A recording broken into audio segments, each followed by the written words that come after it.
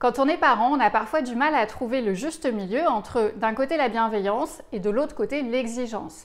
Alors bien entendu, on a envie d'être des parents qui sont bienveillants, à l'écoute de nos enfants, mais sans pour autant être totalement permissifs et élever des enfants rois. On va aussi avoir envie d'être exigeants, de savoir réagir quand nos enfants font des bêtises, mais sans non plus tomber dans la violence éducationnelle dont on entend parler absolument partout et qui peut faire peur. Et tout ça, c'est pas facile. On peut avoir l'impression de faire le grand écart entre des notions qui sont contradictoires. D'autant plus qu'on peut être un peu dérouté par les discours ou les préconisations des professionnels de l'éducation. Certains vont par exemple dire qu'il faut qu'on apprenne à dire non tout en restant positif. Sauf que le non, par définition, c'est négatif. C'est l'essence même de la négation de dire non. Et donc c'est extrêmement difficile de dire non tout en restant positif. Et c'est là où on va être tiraillé par des injonctions contradictoires. Et donc dans cette vidéo, ce que je vais vous proposer, c'est un autre point de vue, une autre approche pour que nous, parents, nous puissions à la fois être bienveillants et exigeants avec nos enfants, mais sans avoir l'impression de faire le grand écart. Et je vais illustrer tout ça avec des exemples et des cas pratiques pour que ça soit beaucoup plus concret. Ce qui est compliqué, c'est qu'on a tendance à opposer exigence et bienveillance. Je le vois dans la classe de ma fille, elle est en CM1 cette année, ma fille. Il y a des parents qui sont très exigeants avec leur enfant. Il y a une petite fille en particulier qui fait des activités absolument tous les soirs. Elle fait du piano, des langues, du sport. Et en plus, elle a des résultats scolaires qui sont excellents. Du coup, ça demande un engagement très fort de sa part. De l'autre côté, il y a d'autres parents qui vont dire « Non mais moi, je suis plus bienveillant avec mon enfant. J'ai aussi envie qu'il ait le temps de se détendre et de prendre du temps pour lui. » Donc, on va prioriser les devoirs. On va mettre le paquet sur les maths et le français et on va baisser le niveau d'exigence sur les autres matières pour que notre enfant ait aussi le temps de jouer et de prendre du temps pour lui et de se détendre. Et je ne porte absolument aucun jugement de valeur sur ce que je dis. Il n'y a pas une manière de faire qui est bien ou qui n'est pas bien. C'est juste qu'à un moment, on a l'impression de devoir choisir notre camp. Est-ce qu'on est des parents exigeants ou est-ce qu'on est des parents bienveillants? On peut aussi essayer de mettre le curseur au milieu en se disant je vais être à égale distance et je vais être à la fois bienveillant et en même temps exigeant. Du coup, on va faire un peu de langue, un peu de sport, un peu de devoirs, un peu de détente, un peu de sortie. Sauf que les journées ne durent que 24 heures.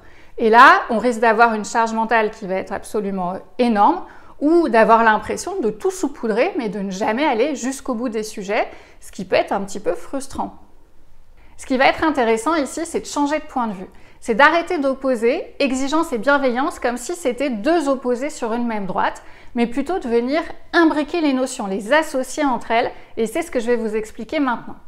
Un des grands enjeux de l'éducation, c'est de venir donner un cadre à son enfant, c'est-à-dire un ensemble de règles qui vont structurer sa vie quotidienne.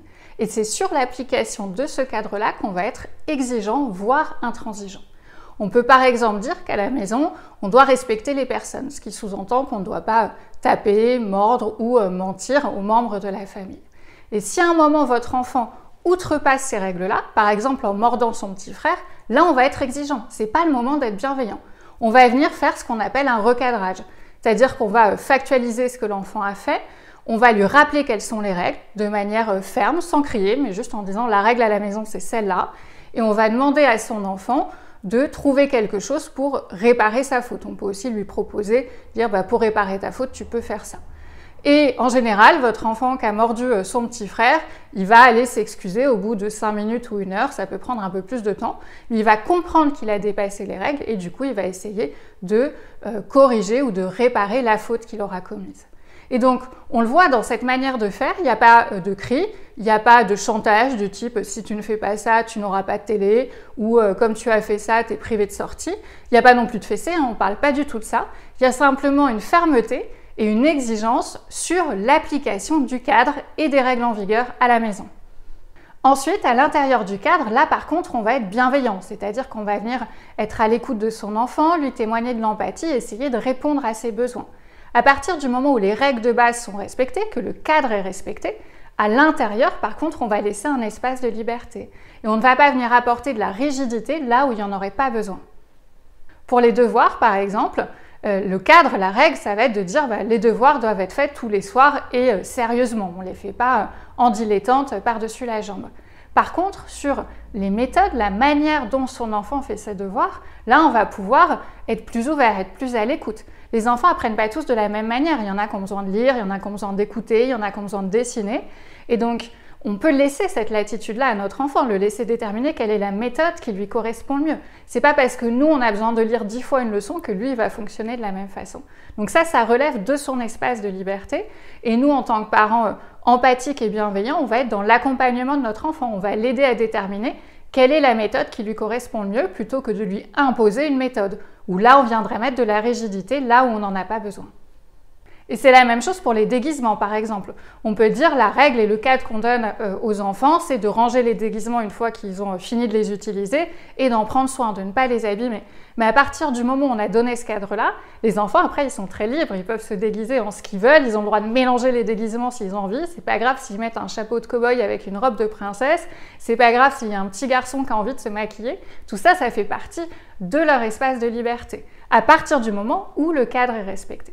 Et donc on voit que cette manière de penser, de voir les choses, on peut l'appliquer à tous les espaces de vie des enfants. On peut dire c'est la même chose pour dessiner. À partir du moment où on respecte le matériel, que les feutres sont rebouchés, qu'on ne dessine pas sur les murs mais sur des feuilles de papier ou un support qui est prévu à cet effet, après les enfants ils sont libres de faire ce qu'ils veulent. Et donc quand on adopte cette manière de faire, c'est-à-dire qu'on porte son exigence sur le cadre, et là on est intransigeant, donc on ne se pose pas la question, est-ce que je dois réagir si mon enfant transgresse le cadre? Oui, systématiquement. Et avec fermeté, sans crier, mais avec fermeté.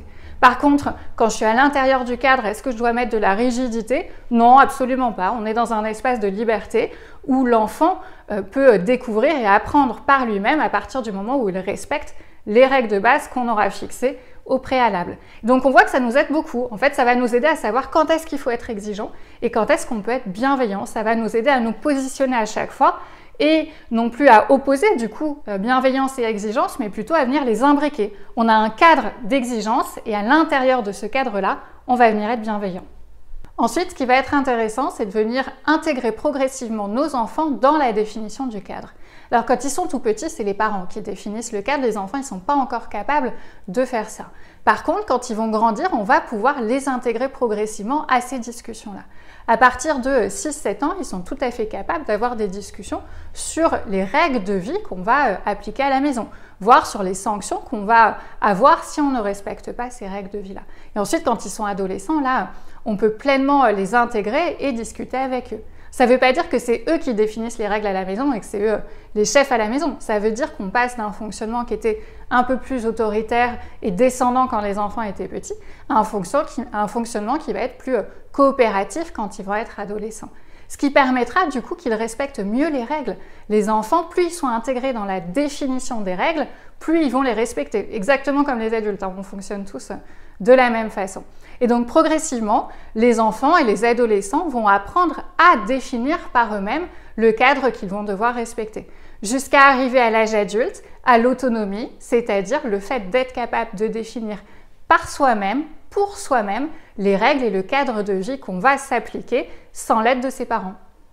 En synthèse, on voit que c'est difficile d'associer et de réussir à conjuguer exigence et bienveillance quand on considère ces notions comme opposées. Du coup, on passe notre temps à essayer de naviguer sur une droite et à faire des allers-retours d'un extrême à l'autre. Au contraire, si ces notions-là, on vient les associer, les imbriquer, là, ça va être beaucoup plus facile. On va considérer que l'exigence, elle porte sur le cadre, les règles de vie, et là-dessus, on est intransigeant et très ferme sur le respect des règles de vie et de la vie en commun et en collectivité. Par contre, à partir du moment où le cadre est respecté, à l'intérieur du cadre, on va laisser un espace de liberté aux enfants et là, on va être beaucoup plus bienveillant, beaucoup plus à l'écoute de leurs besoins et on ne va pas venir apporter de la rigidité là où on n'en aurait pas besoin.